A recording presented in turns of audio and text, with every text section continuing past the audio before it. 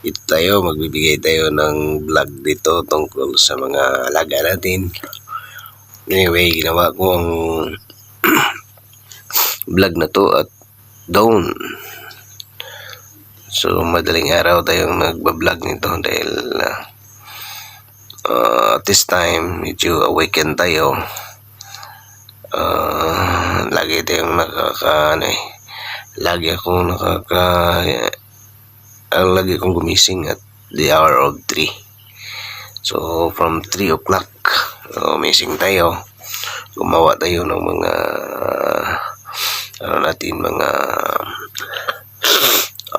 browsing di YouTube. Ito na itong oras na gumising tayo at 3 to 4. So dito naisipan natin na gumawa tayo ng vlog dito tungkol sa pagmamanok natin dahil magiging business natin ng pagmamanok natin pagduami ito. Anyway, dalawa ang purpose sa pagmamanok natin, business and sa fight talaga. Isali talaga natin sa sa fight yung mga manok natin. So ngunit ito, dalawang uri ang manok natin. May mga manok tayo na mababang quality na hinayaan natin na mabuhay dito sa kasama ng mga mabubuting manok natin, mga gandang lahi ng manok natin. Ngunit strategic ang style natin sa pagbibigay sa sa kanila, pagbibreed sa kanila. So dito, sinama natin ang mga ordinaryong mga inahin. Ngunit pipili tayo someday ng magandang broodcock natin. So hindi pa kasi dumating yung broodcock na ibibigay sa atin ng ng galing sa magandang breeder. So ayaw ko lang pangalanan yung mga malaking breeder na kung saan pinanggalingan ng pagmamanok natin. Dahil sa someday sila'y pumunta na rin sa atin upang bumili. Dahil sa dito, ang mga magagandang breeders, kukunan natin sila ng mga magagandang lahi nila. Yung mga magagandang lahi nila i-mix natin sa mga malalaking breeders. So yung nakakuha ng mga breeding galing sa ibang bansa i-mix rin natin dito until such time na makaka-scout tayo ng mga magagandang breed ng mga manok dito sa atin. So obserbahan natin yung mga nila, yung winning percentage. Titingnan natin ng mga winning percentage nila. Ang style of fight nila titingnan natin. Yan. So dito, ganito tayo ang pag-breed natin. That's why hindi na natin dadalhin yung mga pangalan ng mga breeders kung saan yung mga handler nila ang bumigay sa atin. Yun.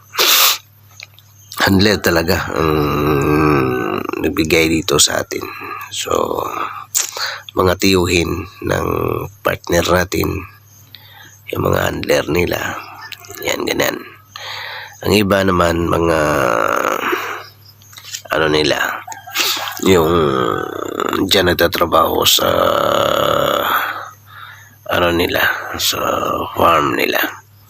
When we are not just only relying with their breed.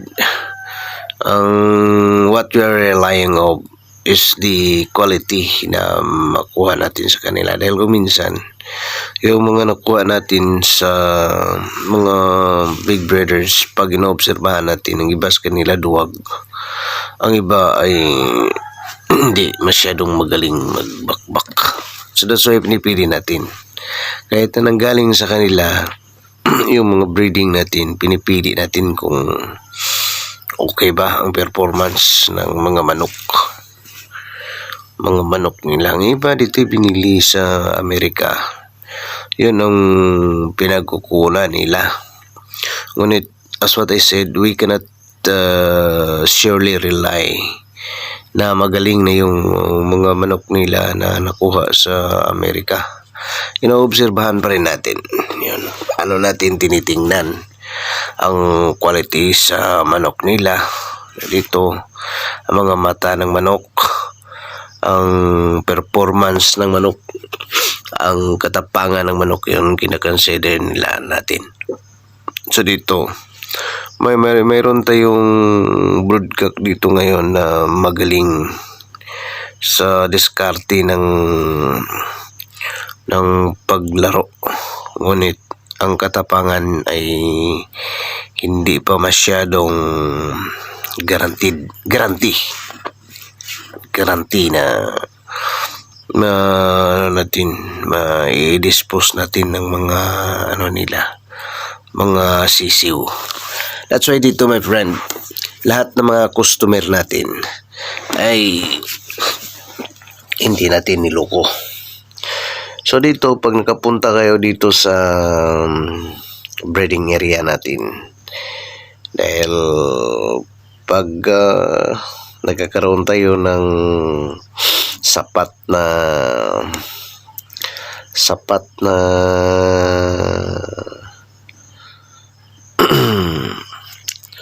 budget upang palakihin ang breeding natin. So dito padadamihin natin ang mga alaga natin pag sapat na ang budget natin. So dito, ang breeding na to, FRGGF kasi ito eh. Ang breeding to ay ang care natin sa mga customer natin na hindi natin sila lulukuhin sa mga breeding natin. Mamamangha kayo dito dahil sa ang mga quality ng mga manok na bibilhin ninyo ay pagsasabihin ko na quality talaga yon. Yan. Quality. Which means you can compete sa kahit sinong mga breeders na ipa-fight mo. Dito sa akin, mayroon akong isang manok rito na binigay ko sa neighbor ko kasi humingi ng manok. Dito, yung naibigay ko sa kanya, hindi ko alam kung saan sa mga inahin ng galing yon dahil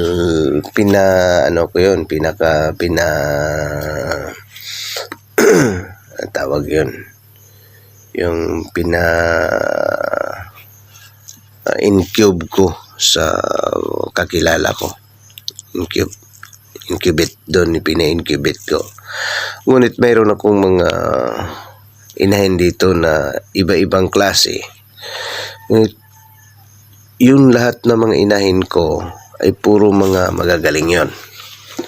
So may lumabas na isa na ibinigay ko sa kanya, yung pina-incube ko. Sure ako ng mga inahin yun ay super yun. Ibinigay ko sa kanya, lumabas, inalagaan natin, tinetrain natin, yun, ibinigay natin sa neighbor natin. Then sabi ko sa kanya, itong manok na to, kahit sinong malalaking breeder na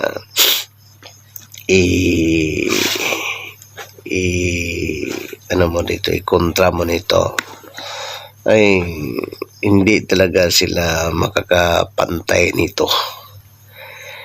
Solong na yung gaffer mo ay hindi magkakamali. Basta't super rin ang gaffer mo, ang manok nito ay bihirang matalo. Unless na unahan yun. Unless na unahan ng kalaban. Ngunit ang manok na to ay bihirang maunahan ng kalaban. Ang sabi ko sa kanya, itong manok ko to ay bihirang maunahan ng kalaban. So dito, the only way na matalo ang manok nito kung ang makuha mong gapir ay pipitsugin. Ngunit kung gapir mo ay totoong gapir, hindi matatalo tong manok mo. Dito parang 3 beses na yata ang nanalo. So ayaw na niyang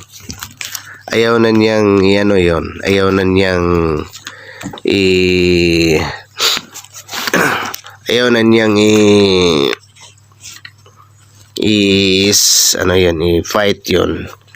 Dahil sabi ko sa kanya, wala na tayong ganyang lahi. Dahil namamatay ang mga inahin ko.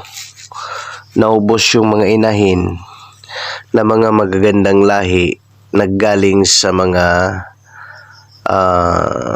quality na mga breeder. Kasi ang nagbigay sa atin yung real friend natin, hindi yung mga fake na mga friend. Dahil dito sa mundo, my friend, dami kong mga fake na mga friend. Dito sa mundo, dami mga fake na mga friend. Ngunit itong friend ko to ay totoong friend to na nagbigay sa atin. Real friend. So, maliit pa kami. Friend ko na to. Yan.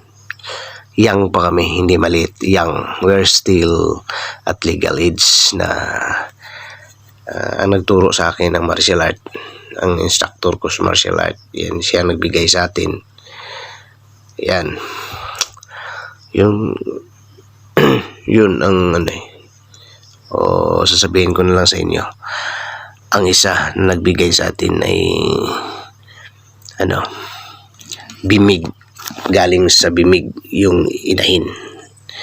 At saka ang isa, real, wag ko na lang sabihin yung mga inahin na galing. Kung saan galing yan. Namamatay na yun, nawawala na yun ang mga inahin ko dahil kinain ng mga hayop, bayawak at ninakaw. So dito ganyan, pag sasabihin ko, hindi yun, sugatan lang konti. Manok na yun, nanalo. Parang 3 bisis na yata. So dito, palalahian lang niya ang manok na yon dahil sa sinabi ko sa kanya, wala na yon, hindi na kami nakakita ng ganong kagandang inahin unless siguro pag nakaka-scout na naman tayo next week siguro, within this year, or aywan ko kung kailan tayo bibigyan na naman ng magandang lahi dito sa friend natin dahil sa mayroon yatang obstacle ang pagpunta niya rito. Lagi may obstacle, mayroon siyang mga inasikaso, mga business, minsan may mga obstacle talaga bago siya nakapunta rito. But I do believe na magkakaroon tayo ng magandang lahi dito before. Mayroon akong dalawang inahin rito na medyo maganda ang lahi. That's why later pag ito ang nagkakasisiw na galing rin sa magandang broodcock ang ama. Ang broodcock maganda. Ama, broodcock. Galing rin sa magandang broodcock. Ayun ay ibibenta natin sa medyo may kamahalan. Ngunit yung pag ang broodcock ay hindi masyadong maganda, hindi rin natin ibibenta ng may kamahalan. So kaya nga dito, ang quality ng manok na mabibili ninyo ay malalaman ninyo sa kanyang halaga dito. So someday, may mga manok nga na mga mga barato lang. Barato, ano ba yung barato sa Tagalog? Yung walang, hindi masyadong mahal. So dito, yun ang tatandaan ninyo pag bumili kayo dito. Pag masyadong mahal ang yung mga manok ko, it only means na galing yun sa magandang quality yun. Ganyan. So pag hindi masyadong mahal, hindi rin yun masyadong maganda. Dahil sa dito, kahit na mayroon tayong mga inahin dito na hindi magandang klase, ngunit imimix ko rito mga magandang klase. As what I said, may dalawa na akong inahin dito na maganda, at saka ang broodcock na lang inintay natin na someday magkakaroon tayo ng magandang broodcock. Wala pa akong magandang broodcock. Mayroong mga broodcock dito, ngunit hindi pa ako satisfied sa mga nila, quality. So dito ito mga my friend, so dito someday makakapunta kayo sa dito dahil baka someday, who knows, makikilaran nyo ang nito,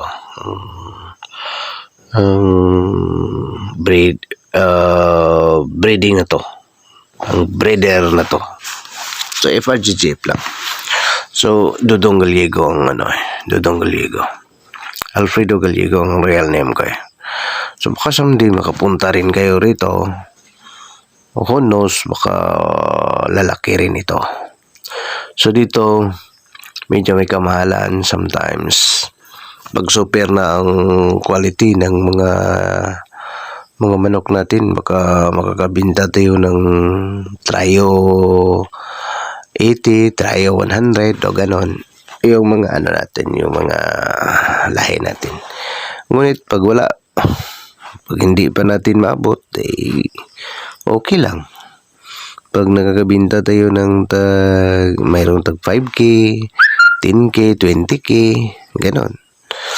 Okay lang, ganyan tayo Pag naabot natin mga pangarap natin, okay lang. Pag hindi naabot, hindi natin pinipuwersa. Hindi yan yung mga natin kasi, yung mga success natin sa buhay natin. Pag ibigay sa atin, okay. Pag hindi, okay lang. So dito as what I said, dahil yung mga customer natin, pag hindi ko kasi niloko yung mga customer, ayaw kong lukuhin yung mga customer. Kayo na mga magkaka-link kayo sa akin someday, ayaw kong lulukuhin kayo. Ayaw kong sabihin na maganda kong gaffer pag hindi ako magandang gaffer. Ayaw kong sabihin na magandang lahi ko pag hindi magandang lahi ko. Dahil dito sa mundo hindi tayo isang bisis lang ninirahan dito sa mundo. Tuloy-tuloy tayong nagle-link with each other. So pag naloko kita, ayaw mo nang mag-connect sa akin. So, hindi ako katulad ng iba dyan na kahit hindi magaling maglagay ng gap, magdidiskarte ako upang kukunin mo ako magdidiskarte sila upang kukunin na gapper. Ito ganyan ang mga diskarte ni sa akin dito, hindi. O obserbahan mo ang paglagay ko ng tari. Pag kumbinsido ka, depende sa iyo kung magpapalagay kayo sa akin ng tari o hindi. Pag hindi ka kumbinsido, huwag kang magpalagay ng tari. Pag kumbinsido ka o magpapalagay ka ng tari, o ganyan. Ganyan tayo, my friend. Ito, ikaw mag-observe talaga kung mga gandang breeder ba ako, magandang gaffer ba ako rather, or hindi. Kaya rin dito ng pagmamanok natin. Obserbahan mo ang mga manok na galing sa atin. So kung kumbinsido ka sa mga performance ng manok natin, it's up to you kung bibili ka o hindi, balik ulit. So ganyan. Ngunit as what I said, kung minsan nagkakamali rin ng tayo eh. At saka yung mga breeder na breeding natin, minsan hindi rin natin na perfect. May mali rin kung minsan. Dito, kahit nasa paglalagay ng tari. Paglalagay natin ng tari sa manok natin. Anyway, dito i-debulk ko sa inyo dito ang lahat. So sa paglalagay ng tari dito, nagkakamali rin ako minsan. Nagkakamali rin ako minsan sa paglalagay ng tari dahil sa yung mga paa ng manok kung minsan hindi natin nasisiguro. As what I said, isa sa mga nilalagyan ko ng tari, yung bakit ako nagkakamali? Dahil yung intusan ko na songo, ano ba yun sa inyo yung songo? Yung naghanap ba ng kalaban ng manok? Yung inutusan ko na magsungo ng manok, sinabi ko, dalawahin mo ang tari nito dahil yung mayroong diferensya ang left leg nito. Mayroong diferensya nito dahil sa yung left leg niya ay parang ang galalagyan ng tari ay parang nasira ang leg niya. Ayoko nang na-explain sa Tagalog yun. Parang nagliso-liso sa Bisaya, parang nagliso-liso yung niya, yung panit at tunod. Ayun, ang bukog ini, ganun, diba? So dito yun ang nangyari. So kaya sabi ko sa kanya, kailangan dalawahin mo ang tari. Isa sa kaliwa, isa sa kanan. Eh nung nagsungo siya, hindi niya sinabi yun. Isa lang ang tari. Igapir kasi yun eh. Tapos, yung niya, sabi ko bakit hindi mo dinalawa? Sabi niya ayaw nilang, ayaw nilang pumayag eh. Okay, ito ngayon, matalo tayo nito. So, okay lang yun, sir, dahil sa i-press lang natin ng tudo upang hindi yun naliso. Ayun, naliso sa Tagalog. Na bang tari, parang nag-incline ng konti. Yan. Hindi yun, sir, okay lang yun. Sige. Instead na lalagyan namin sa kanan, dito sa kaliwa. Dahil sabi niya, okay niya. Ngayon, nung namin bumakbak ng tudong manok ko, hindi nakapatay. In the reality, yung paglalagay ko ng tari sa manok ko, 3 beses lang mamatay na yung kalaban. Ayun ang fault. Isa sa mga fault natin sinabi ko siya hindi mo ako kasi tinupad sa sinabi ko, pero okay lang. Okay lang yun dahil sa yung pagkatalo ng manok, naghanap rin ng dahilan. Okay lang, walang problema. So wala rin problema, binigyan ko siya ng pera. Parang ilan yung binigay ko sa kanya, 500 ba yata. So kaya akala niya hindi ko siya bibigyan kahit matalo man yung manok na natin. Natalo man ako sa sabong, yung mga kasama natin, binibigyan din natin yan sila. Matalo man o manalo. So ganun. Talo. So dito my friend, what I mean lang, na nagkakamali rin ako sa pag ng tari. Minsan, naglalagay. No one is perfect kasi. Ngunit dito, yung mga manok natin, pag bininta natin, hindi rin natin nasisiguro, my friend, na lahat ng yung perfect. Baka kung pagka nagkakamali rin kung minsan, accept natin na kung minsan mayroong mga ganong pangyayari dito. Ngunit ina-assure ko lang sa mga kliyente natin dito na heart to heart yung natin sa inyo, pag deal natin. Yan, sa paglalagay ng tari, heart to heart yun. Walang lukuhan, walang gaguhan dito.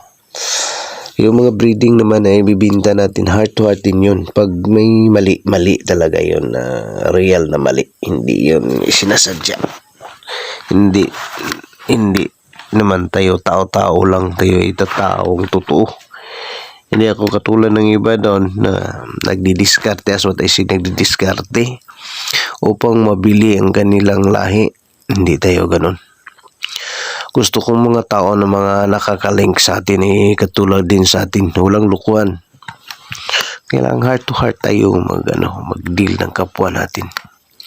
Matalo man tayo o manalo, ano man mangyari sa larangan ng laro, yun ay heart to heart. Yun ay mga real na mga faults, hindi yun sinadya. Ganon ang real. Ganon tayo mag-link na mga tao dito. So ganon tayo mga friend. So dito pag nagbibinta tayo ng mga lahi natin, dito pag may mali, pwede natin sabihin mo, isasauli mo. O pwede isasauli mo, wag ka rin gumawa ng mga kalukuhan. Isasauli mo tapos may ginawa kang anong kalukuhan. So ganon tayo. Dahil as what I said, hindi lang tayo isang business dumaan dito sa mundo. Always tayong lagi tayong babalik tayo sa natin, getting to link with each other na ganun tayo. Ganyan ang mga real na friend, at ganun tayo sa mga ganun tayo sa mga kakilala tayo natin, dahil hindi tayo taong tao-tao lang. Totoong tao tayo, at saka ang gusto kong makagaling kay totoong tao rin. So dito, how I wish my friend na yung mga totoong mga kakilala natin ay makikita natin someday. Yung mga breeder, kayo mga breeder na pag wala kayong mga gaffer, wala kayong mga gaffer, totoong gaffer, pag nangailangan kayo, nandito lang tayo. Nandito tayo, ready to serve sa breeding ninyo, sa pagmamanok ninyo. So dito, kaso lang at this time, kukundi pa ang mga magagandang tari natin. So dadalawang magagandang tari pa natin ang nabili natin. Mayroong mga iba rito na mga tari natin na okay pa rin, ngunit hindi na bago. Ilang beses ko na itong nailagay, medyo may kaliitan na, ngunit pwede pa nating magamit. Pwede pa, papatay pa to ng natin, ng mga kalaban. So dito, hindi mo naman natin ito sa reality lang. Bakit rin tayo? Dahil sa yung mga ibang mga breeders kasi, ang tinitingnan nila ang quality ng tari. Huwag kayong tumingin ng ganun. Ang titingnan nyo ay quality ng gaffer, hindi quality ng tari.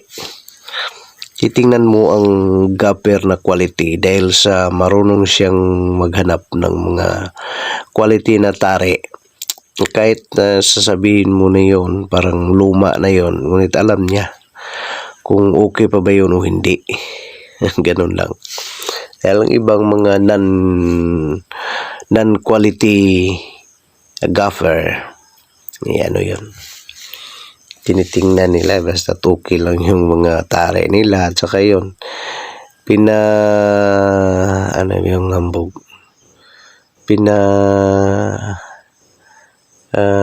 boss nila,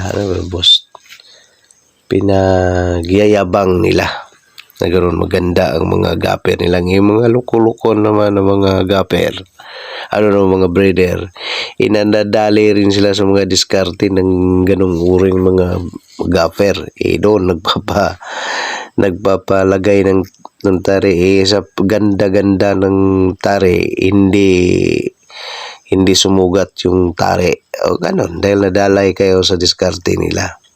Hindi sa ganda ng tari ang pagtitingnan nyo. Kung hindi ang titingnan nyo ay sa ganda ng naglalagay ng tari, naglalagay ng sa ganda ng gaffer ninyo. Ganun lang kayo magpili. So dito my friend, more pa tayo sanang dapat pag-usapan sa pagmamanok. Ngunit dahil sa medyo may kahabaan na ang post natin, 26 minutes niya, 27, 30 minutes na yata yung natin, pag-usapan natin dito. Ang usapan natin dito, heart to heart na pag-uusapan sa pagmamanok, my friend. So marami pa tayong dapat pag-usapan dito kasi lang ang channel ko to ay mix to Mix to, may entertainment, mayroong mga ibang mga din-discuss natin, basta't mix to. So, ngunit, binibigyan din natin ng kunting time ang pagmamanok dito. So, my friend, tuloy lang kayo dito sa channel natin. Dahil sa every now and then, magbibigay tayo ng mga mensahe dito sa channel natin. Have a blessed day, everyone.